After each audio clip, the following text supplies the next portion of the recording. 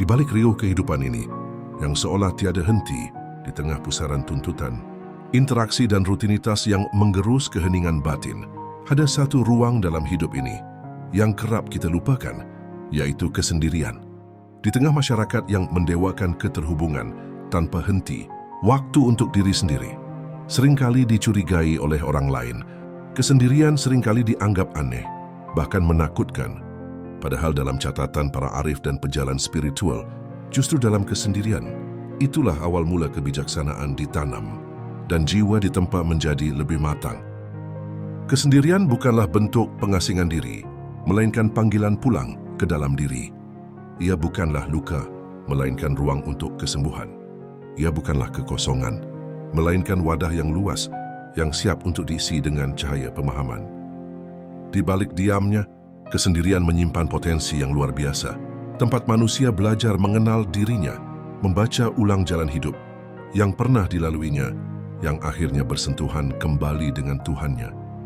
Bagi sebagian orang, kesendirian menjadi kesempatan melakukan untuk refleksi diri yang mendalam.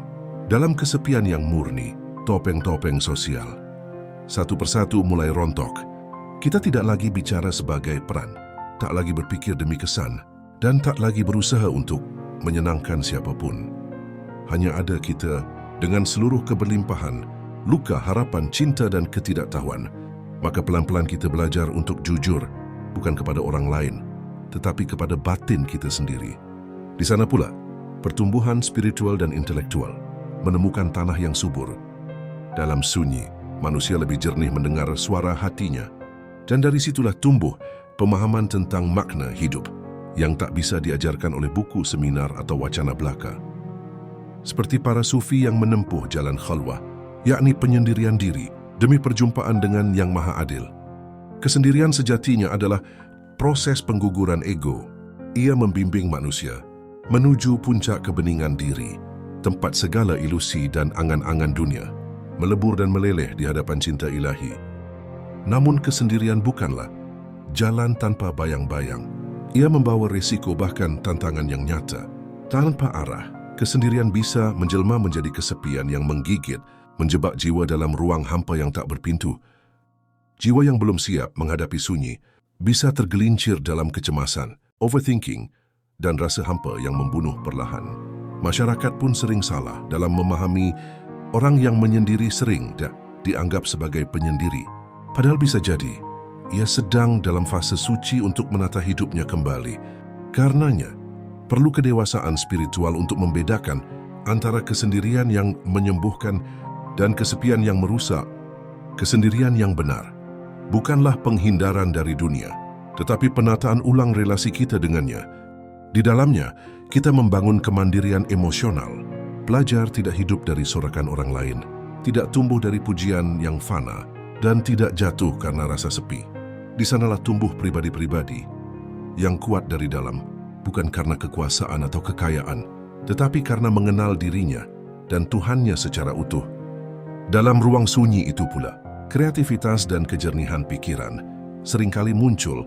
Tak sedikit seniman, pemikir, bahkan nabi dan wali menemukan inspirasi terdalam mereka justru saat dalam kesendirian, sebab suara Tuhan dan suara nurani terlalu halus untuk didengar.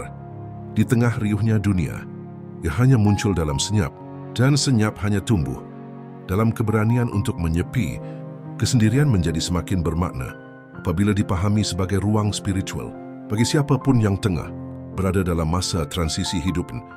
Seseorang yang sedang mencari arah karena dilanda kebuntuan dan kehilangan inspirasi, pencari Tuhan yang merasa jauh dari makna hidupnya, atau siapapun yang baru saja kehilangan orang terkasih, semua dapat menjadikan kesendirian sebagai awal langkah baru dalam hidup. Sebab dalam diam yang terasa menyakitkan itu, Tuhan sering berbisik lebih dekat. Akhirnya kesendirian bukanlah musuh, melainkan guru. Ia adalah sekolah sunyi, tempat jiwa dibentuk agar mampu berdiri sendiri dalam keramaian, agar tidak goyah dalam cinta dan tidak hancur oleh kehilangan. Ia adalah proses penempaan batin yang melahirkan pribadi yang lembut namun tegas, tenang namun berpendirian, diam namun penuh makna. Dan siapapun yang bersedia melewati jalan sunyi ini, niscaya akan pulang dengan sebutir cahaya. Kebijaksanaan yang tidak bisa dibeli, hanya bisa dialami. Maka bila suatu hari hidup membawamu pada jalan sunyi, maka jangan buru-buru lari darinya, duduklah dan dengarkan. Sebab bisa jadi, di sanalah Tuhan sedang mengajarimu sesuatu yang tidak bisa kau pelajari dari siapapun tentang siapa dirimu sebenarnya. Semoga bermanfaat. Terima kasih.